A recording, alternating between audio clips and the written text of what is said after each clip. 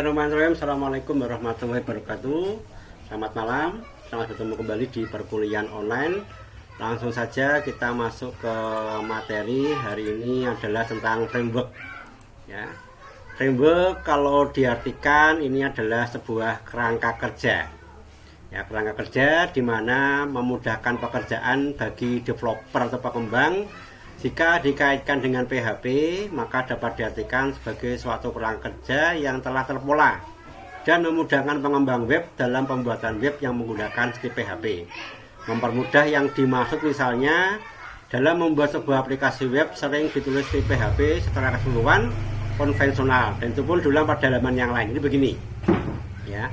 Pada saat kita membuat contoh pekerjaan yang lain ya, misalnya membuat rumah dalam hal ini misalnya. Kalau kita sudah punya rancangan, sudah punya desain rumahnya seperti apa, dan kemudian Anda diminta untuk membangun beberapa rumah yang kebetulan punya tampilan struktur yang sama, nah, maka kita perlu membuat rancangannya terlebih dahulu. Kira-kira nanti tampilannya seperti apa digambar dulu. Nah, sehingga pada waktu nanti kita berikan kepada tukang yang mengeksekusi bagaimana rumah itu dibangun akan lebih cepat jadi ya, karena dengan pola yang sama. Nah, sama halnya dengan dalam pemrograman. Pada waktu yang memprogram, bagi teman-teman yang sudah pernah belajar pemrograman ya, biasanya tampilan itu mirip. Misalnya Anda bikin form input data siswa misalnya. Ya, mungkin yang berbeda hanya inputannya aja, komponen-komponennya, nama, alamat, tanggal lahir, umur, dan sebagainya. Tetapi secara umum tampilannya sama. Ya, tombol-tombol yang dipakai misalnya ada tombol simpan, tombol edit, tombol hapus, tombol cetak, itu juga sudah tersedia di sana dan bentuknya mirip, baik itu posisi maupun tampilannya. Nah, yang berbeda sekali lagi pada waktu nanti kita bikin yang data lain, misalnya dosen, mungkin inputannya aja berbeda ya. Kalau tadi mahasiswa adanya nomor induk, nama, kalau dosen mungkin nomor induk dosen atau nomor induk karyawan, nama dan sebagainya. Nanti pada waktu Anda input data yang lain, barangkali tampilannya pun juga mirip ya. Nah, ini kalau kita harus bikin dengan model yang klasik, model yang tradisional atau konvensional, harus Anda rancang dari awal, nempelin komponennya satu persatu begitu ya. Nah, dengan framework ini akan lebih cepat nantinya karena sudah ada pola yang kita dapatkan tadi dan perintah-perintahnya sudah tersedia di sana. Ya, jadi framework sendiri nanti berisi fungsi dasar. Jadi perintah siap pakai. Ya, kalau kita bicara PHP natif, PHP klasik itu semuanya harus ditulis dari awal. Tapi kalau menggunakan framework ya, maka fungsi tadi sudah ada. Nah, tinggal kita mau pakai fungsi mana yang sekiranya tepat, yang sekiranya paling pas ya, sehingga kalau udah ketemu, harapannya nanti aplikasi yang dibuat bisa dibangun dengan waktu yang lebih cepat dan lebih terstruktur. Jadi tidak perlu kita mengulang-ulang perintah yang sama tadi ya. Oke, framework juga diartikan sebagai komponen pemrograman yang sudah jadi dan siap digunakan kapan saja, sehingga pengembang aplikasi tidak perlu membuat script yang sama untuk tugas yang sama. Ya, tidak perlu mengulang-ulang tadi ya, karena biasanya memang untuk beberapa tampilan form itu perintah-perintahnya mirip-mirip. Ya, kemudian yang perlu diperhatikan bahwa di framework nanti ada istilah kelas.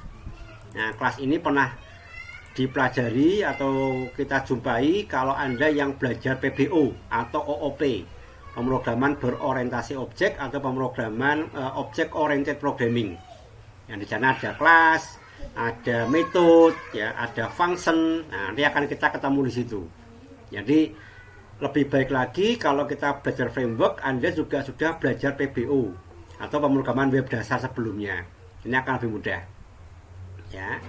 Kemudian di PHP sendiri, ya walaupun juga sebenarnya nggak cuma di PHP ya, hampir di semua pemrograman yang berbasis framework nanti menggunakan yang namanya model MVC.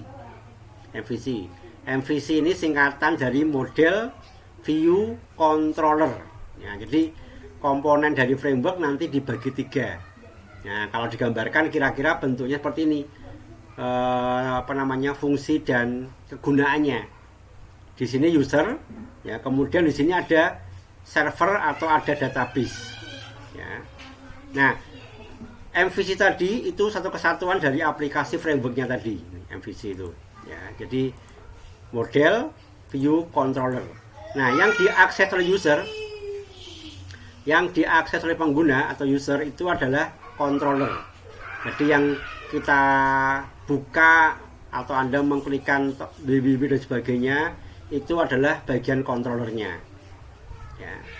Sedangkan view itu bagian tampilan. Jadi kalau Anda berpikir tampilannya nanti pengen warna biru, tampilannya bentuknya ada logo di atas misalnya, tampilannya teksnya hurufnya pakai jenis font ini. Nah, itu menatanya, mengaturnya itu ada pada bagian view. Ya, view itu berfungsi untuk tampilan, sedangkan model ini berkaitan dengan database. Jadi kalau nanti ada kaitannya dengan database, misalnya menampilkan data A, menampilkan data C dan sebagainya, nah maka ini nanti ke bagian database.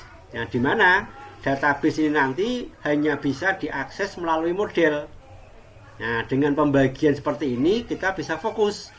Manakala nanti programnya kok salahnya pada tampilan database, tidak bisa mengakses database-nya, berarti kesalahan codingnya ada pada bagian model. Ya. Kalau ternyata kaitannya dengan tampilan, harusnya mungkin agak tidak rapi misalnya, atau hurufnya tidak sesuai, atau warnanya kurang pas, tabelnya mungkin acak-acakan. Nah, ini berarti kita nanti mengaturnya langsung ke bagian view. Sedangkan controller ini yang berfungsi untuk memanggil apa yang kita butuhkan. Kalau hanya tampilan saja, maka nanti controller akan memanggil view. Sedangkan kalau nanti berkaitan dengan database, maka controller ini akan memanggil model. Nah, jadi dengan demikian, seorang developer atau pengembang atau programmer itu akan bisa lebih fokus ke mana yang nanti akan diperbaiki, mana yang salah, mana yang perlu disesuaikan. Itu ya. Nah, ini penjelasannya. Model ini merupakan struktur data. Ya, model biasanya berisi fungsi-fungsi yang membantu dalam pengelolaan database, seperti misalnya input data, update, dan sebagainya. Nah, sedangkan view adalah bagian yang mengatur tampilan yang nanti dilihat oleh user. Nah, di view ini nanti berisi ini HTML, CSS, JavaScript. Nah, jadi kalau yang ya teman-teman yang Jogja ya, mungkin nanti makanya kenapa saya pindah ke hari Selasa, sambil nanti kita juga belajar ini HTML, CSS, dan JavaScript. Ya. Nah, kemudian di CI sendiri, framework CI itu view dapat juga sebagai potongan halaman seperti header atau footer. Jadi ada beberapa tampilan yang biasanya tetap ya, ada bagian header, ada bagian footer. Header itu yang di atas, yang kalau Anda buka sebuah situs selalu ada, misalnya menu, alamat, nama dari websitenya, itu header. Yang footer bagian yang paling bawah biasanya ada tulisannya copyright, yaitu di bagian footer. Nah, di view berfungsi untuk memanggil beberapa komponen tadi sekaligus ini. Oke, nah controller bagian yang menjembatani antara model dan view. Controller berisi script PHP yang berfungsi untuk memproses suatu data dan mengirimkannya ke halaman web. Nah, dengan menggunakan metode MVC ini, bagian tampilan, logika, serta query database diletakkan secara terpisah, namun tetap sinkron. Nah, sehingga pembuatan aplikasi menjadi lebih terstruktur dan lebih simple atau lebih sederhana. Ya, manakala kita pengen akses database, ya berarti nanti model lah yang perlu Anda setting. Manakala nanti berkaitan dengan pemrogramannya, logika pemrogramannya, misalnya berkaitan dengan fungsi perhitungan, berkaitan dengan fungsi edit atau update misalnya, ya maka kita masuk ke bagian controller. Nah, kalau yang view, layoutnya, jadi saya pengen tampilannya di sebelah kiri ada menu nih, yang di atas ada tampilan apa tadi, logo misalnya, di bawah ada nama saya misalkan atau nama perusahaan. Nah, berarti nanti ngaturnya di bagian view. Nah, jadi ada pembedaan tugas ya. Pada beberapa framework seperti CI, developer juga dapat mengabaikan pemakaian model dan cukup menggunakan controller dan view. Nah, jadi kalau memang tidak berkaitan dengan database, maka modelnya bisa diabaikan. Misalnya hanya kaitannya dengan halaman awal, ya, homepage-nya itu atau indeksnya. Nah, karena hanya halaman untuk menuliskan selamat datang misalnya, kayak login tadi misalkan ya. Nah, maka ini tidak perlu melibatkan model, cukup controller dan view saja. Ya, berikutnya adalah framework memiliki fungsi. Yang pertama tadi sudah kita jelaskan, yaitu mempercepat proses pembuatan aplikasi, baik aplikasi berbasis desktop, mobile ataupun web. Ya, kalau desktop itu visual.net. Nah, contohnya aplikasi yang desktop. Mobile itu yang Android atau pakai iOS. Ya, mau apa? Pemrograman pakai Java, nah itu pakai mobile atau C++. Dengan kalau web ini nanti ada ASP, ada PHP, ada CodeFusion, ya ada Perl. Cuma kebetulan yang nanti kita pakai adalah yang di pemrograman web PHP pakai CI. Kemudian yang kedua, membantu para developer untuk perencanaan, pembuatan dan pemeliharaan aplikasi. Ya, karena yang sifatnya terpisah tadi, ada tim yang khusus bikin modelnya saja, ada tim yang khusus untuk bikin view-nya misalnya, ada tim yang khusus untuk bagian controllernya. Nah, ini bisa dipisah-pisah. Aplikasi yang dihasilkan lebih stabil dan handal karena framework ini ya dikembangkan oleh banyak orang ya, dikembangkan oleh organisasi sehingga memang sudah lolos dari tahap uji.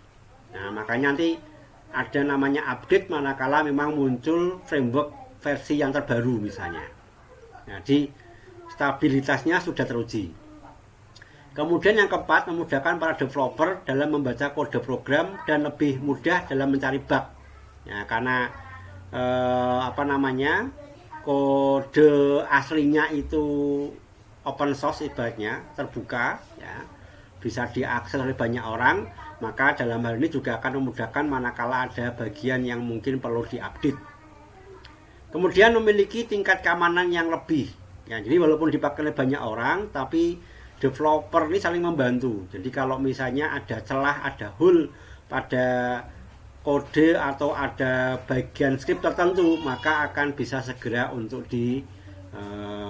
diperbaiki atau diupdate ya. Kemudian yang terakhir, memudahkan developer dalam mendokumentasikan aplikasi-aplikasi yang sedang dibangun. Ya, karena yang sifatnya sudah siap pakai ya, jadi kita mendokumentasikannya pun juga lebih mudah. Ya, kelebihan framework yang pertama ringan dan cepat ya, terutama yang CI itu memang dari banyak developer memberikan sanjungan karena tingkat kecepatannya pada waktu proses itu dijalankan. Kalau kita bicara mengenai kepopuleran, memang masih dipegang oleh Laravel. Ya, cuma Laravel ini agak sedikit, ya mungkin perbandingannya agak sedikit rumit ya. Tapi memang dia punya pustaka yang lebih lengkap. Oke, kemudian menggunakan MVC seperti yang sudah dijelaskan di atas, sehingga ada pemisahan pada tiap-tiap bagian yang memang diperlukan. Kemudian yang ketiga, mendukung berbagai jenis database. Nah, jadi PHP sendiri sebenarnya paling cocok, paling kompatibel, paling soulmate itu dengan MySQL. Tetapi framework ini bisa juga dipakai untuk database jenis yang lain, misalkan pakai SQL Server, atau pakai Oracle, atau pakai database yang lainnya. Ya, nah kalau kita bicara framework, mungkin yang paling populer itu ada dua, ada framework PHP dan juga ada framework CSS. Ya, kalau PHP ini ada Laravel, ada YII, ada CodeIgniter, ada Symfony, ya ada Zen Framework, Cake PHP, Full dan sebagainya.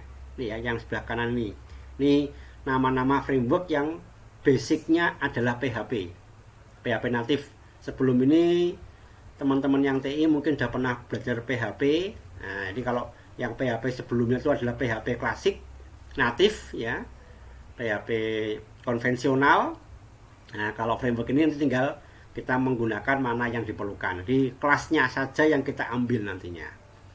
Nah, kalau yang CSS, nah ini ada CSS, ini untuk memperindah tampilan dari webnya. Ya.